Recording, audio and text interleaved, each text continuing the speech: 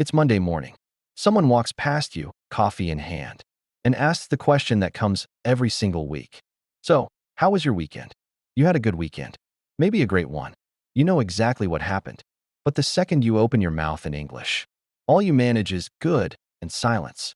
The other person nods, the conversation dies, and you walk away feeling like you just failed a test you didn't even study for.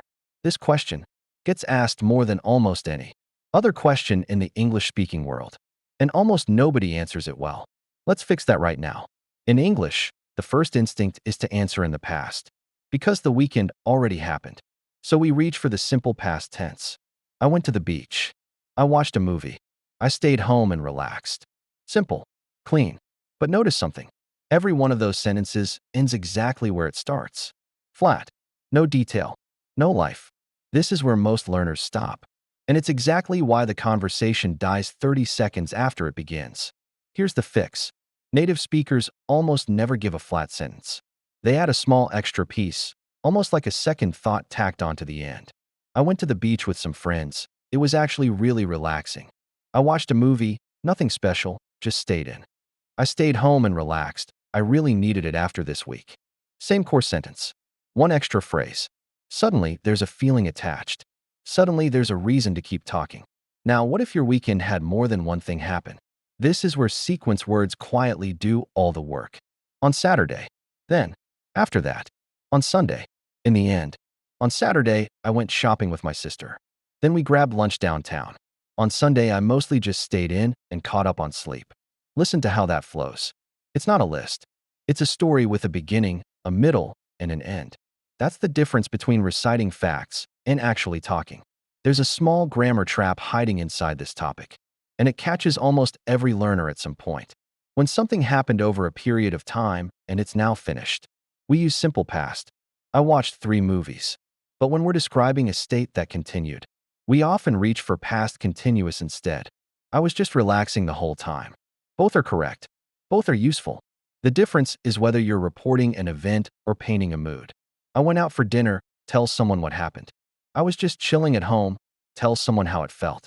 Use both. And your weekend stories instantly sound less like a report and more like a memory. Now here's something almost nobody teaches, but every native speaker uses constantly. Softening words. Words like pretty, kind of, mostly, basically. It was pretty chill. I kind of just stayed in. It was mostly just relaxing, nothing crazy. These words aren't filler. They're doing real work. They take the edge off a sentence and make it sound casual, easy, unforced. Without them, even, a perfectly correct sentence can sound stiff, like you're reading from a textbook instead of talking to a friend. There's also a trap in the question itself. How was your weekend? Feels simple, but the word how is asking for a judgment, not a list of events. That's why native speakers almost always open with a quick opinion before any details. It was good, actually. Honestly, it was kind of boring. It was amazing. I needed it. That opening line is the headline. Everything after it is just supporting evidence. Let's put it all together. Someone asks you, how was your weekend? Here's a full, natural answer. It was actually really good. On Saturday, I went out for lunch with some old friends. It had been forever since we last saw each other. Then on Sunday, I mostly just stayed home, did some cleaning, watched a few episodes of a show I'm into right now. Nothing crazy, but exactly what I needed. Notice the shape of that answer.